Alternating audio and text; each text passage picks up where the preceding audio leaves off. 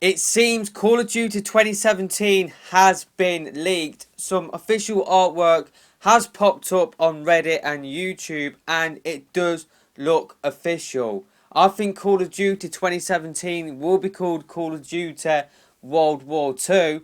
And what I want to talk about in this video is, will it come out for the Switch? And that is basically what the whole video will be talking about. So in the background of this video, you are hopefully seeing, if I do have any World at War Wii gameplay left on my external hard drive, hopefully you are watching that. If not, you are watching some Call of Duty 4 Modern Warfare Reflex gameplay on the Wii.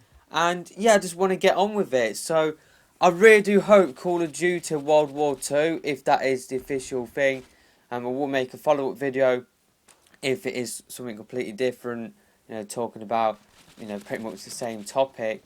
I might even just change the title of this video, but yeah, I'd just love it if Call of Duty World War II came out for the Switch, and especially if it did have mouse control, like gyro support, just because I was a massive fan of the Wii Remote and Nunchuck on Call of Duty on the Wii, and yeah, it's just, I'd just love to see, mouse control return again. I'd just love to see the Call of Duty Nintendo community sort of rise from the ashes, just because it is pretty much dead in the water, just because no Call of Duty game has come out for a Nintendo system since Call of Duty Ghosts on the Wii U in 2013, I do believe. Might have been 2014, I think it was 2013 actually, but yeah, the last Call of Duty game we got was Call of Duty Ghosts. But will we see Call of Duty return on the Switch?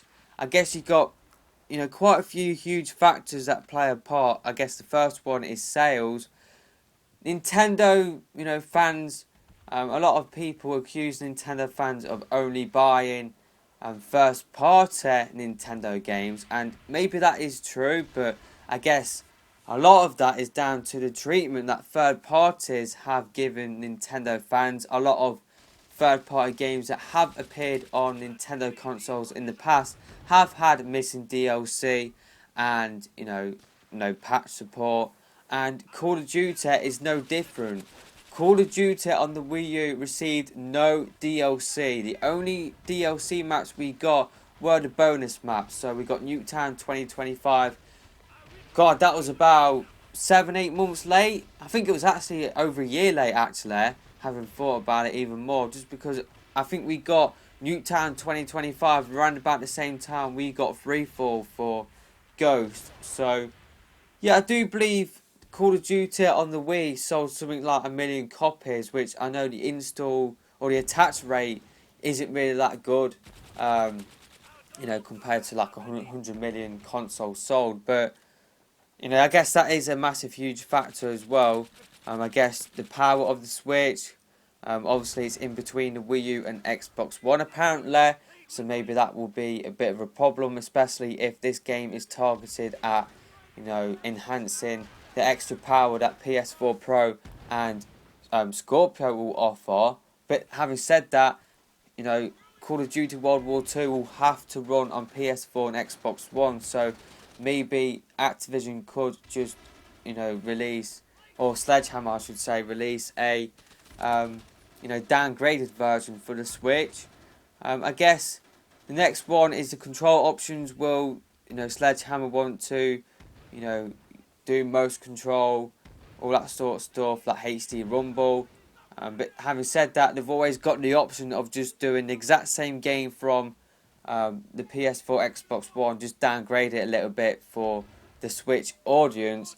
And I guess the last factor in Call of Duty World War II coming out for the Switch is what development team will be making the game. Just because every single Call of Duty game that has come out for a Nintendo system, or a Nintendo console I should say, not sure about the handheld versions of Call of Duty, like the DS version of Call of Duty 4, but pretty much every single console version of Call of Duty that has appeared on a Nintendo console pretty much has been ported or made by Treyarch. So pretty much how it worked was the Wii got World at War first, and that was obviously a Treyarch game.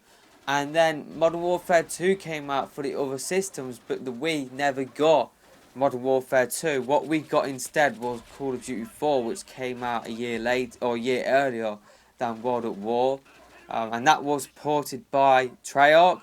Basically, Activision had a small team over at Treyarch which handled all of the, Nintendo console Call of Duty ports. So, if Call of Duty World War 2 did come out for the Switch, will Sledgehammer be developing it, or will Treyarch, that small Treyarch team, are they still there? That is another important question to ask. Is that small Treyarch team still there?